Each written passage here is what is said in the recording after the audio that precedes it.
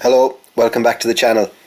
It's a bit of a change of direction today, a different style of video, but you can see here looking across the field, looking down at the ewes that we have here, and I came up with a plan to buy some barriers to make some lambing pens for next spring. Now bearing in mind we're only on the 1st of November, so we've got plenty of time. But from looking online, they were coming in around about €50 each for a 4-foot or a 6-foot barrier. Now with the scrap timber that I have at home here, I reckon I could make some up for a fraction of that price, including the timber and the brackets to connect them. So we're going to have a go at that today, and let's see what we come up with for the finished product there. Here we can see the scrap timber that was given to me there last week, and the lengths they're about 2 meters long, these lats, so I think that should be plenty long enough to make the uprights for the barriers, and as well as that to make the rails themselves. I'm just going to pull some of the timbers out now. Going to make sure they're long enough, make sure they're in good enough condition as well, because although they look rotten, they're actually in quite good shape. I've just moved them around to the back of the house here, and I've got some just really basic tools that I'm going to use today. I've got an electric jigsaw, obviously my measuring tape, and a cordless drill. So it's going to be rough and ready. I'm just squaring off one edge of the timber there, and I'm using one to measure off the other. Look, I don't think these are going to be absolutely perfect, but as long as they're close enough, accurate enough to be able to open and close, to be able to stand up by themselves when they're clipped in together, I'll be happy enough. So I'm just using the chopped edge there, the cut edge, to measure my next timber, and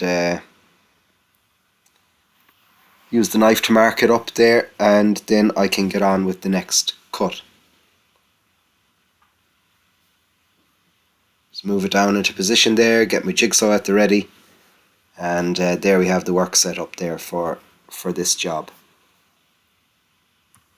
So the plan is to move these over to a small shed that we have, where we'll be doing a little bit of lambing there in the spring. Most of our sheep lamb out most of the time, but sometimes in more extreme weather we'll lamb them inside. I've chopped all the timbers here, and I've just moved them across to where I'm going to start assembling the barrier. This is the 4-foot barrier, and over on this side, crude enough, I'm just using the split lines on the footpath there to help me out. I've got a chopped edge there with a chopped edge, and that should give me a nice square finish on that side. Halfway through the first barrier here, and you can see the first 3 rails are quite close together. There's only a 100mm gap, or a 4-inch gap between them, and then further up we have a 180mm, or what would that be, maybe 8 to 9 inch gap there. I'm using 4x2 timbers, and I'm using 3-inch or 70mm wood screws there to attach them all together. There we have the first barrier fully assembled, 5 rails altogether, and one diagonal rail there to keep it all steady and secure. I have a 4-foot barrier on the right, and there we have a 6-foot barrier on the left. The weather has turned against me a little bit. It started to spit rain on me, but using those 2 gates, I should be able to make up at least one lambing pen there, up in the small shed there, as I said, and we'll show you that later. These are, as I said, I've used scrap 4x2s, but they're not rotten or anything, and they're still quite heavy.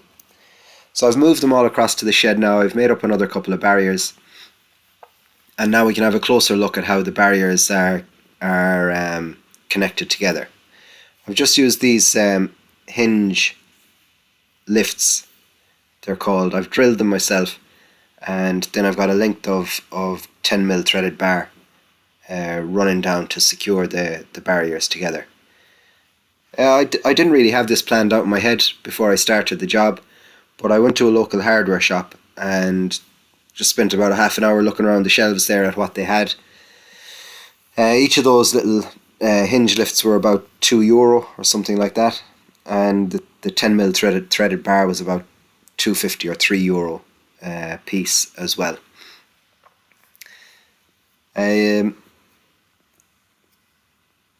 it's quite a steady job overall. They're quite solid, and I have you just see here what I've done at the wall side for this one. Same job, just two of those brackets, a linked threaded bar, and secured into the wall there down at the bottom. I haven't done that yet with the left hand one to the wall. I'll show you why in just a second. I'm just thinking if we should have a yaw coming in with triplets maybe, or even a bigger yaw with twins. It might be quite handy to just leave that last gate free, leave it floating, and we could open it across there just to give a little bit more space. You could always do it with the brackets as well, but yeah, I might just leave that like that for now. So that's it. Thanks for watching, and see you on the next one.